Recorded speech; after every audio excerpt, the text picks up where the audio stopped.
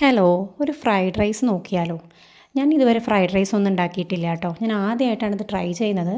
ഇത് ഉണ്ടാക്കി നോക്കാമെന്ന് വിചാരിക്കുന്നത് കുട്ടികൾക്ക് വേണ്ടിയിട്ടാണ് കേട്ടോ. എനിക്ക് ഫ്രൈഡ് റൈസ് ഒരുപാട് ഇഷ്ടമാണ്. അപ്പോൾ ആദ്യമായിട്ട് ഉണ്ടാക്കി നോക്കുന്നത് കൊണ്ട് ഇതിങ്ങനെ തന്നെയാണോ എന്ന് ചോദിച്ചാൽ അതൊന്നും എനിക്കറിയില്ല. ഞാൻ എൻ്റേതായിട്ടുള്ള രീതിയിലാണ് ഉണ്ടാക്കുന്നത്. എന്തായാലും ഉണ്ടാക്കി കഴിഞ്ഞു. കുട്ടികളൊക്കെ കഴിച്ചപ്പോൾ അവർക്ക് ഇഷ്ടപ്പെട്ടു, എനിക്കും ഇഷ്ടപ്പെട്ടു. ഉണ്ടാക്കിയതൊന്നും എന്തായാലും വേസ്റ്റ് ആയി പോയില്ല കേട്ടോ. ഞാൻ ഇതിന് വേണ്ടിയിട്ട് എടുത്തിരിക്കുന്നത് ഇന്ത്യ ഗേറ്റിൻ്റെ ബാസ്മതി റൈസ് ആയിരുന്നു. അതൊരു 80% വേവിൽ ആദ്യമേ വേവിച്ച് വെച്ചിട്ടുണ്ടായിരുന്നു. പച്ചക്കറികളൊക്കെ ഓൾറെഡി അരിഞ്ഞ് വെച്ചിട്ടുണ്ടായിരുന്നു. ഫ്രൈഡ് റൈസ് എന്ന് പറഞ്ഞാൽ വളരെ എളുപ്പത്തിൽ ഉണ്ടാക്കാവുന്ന ഒരു ഡിഷാല്ലേ.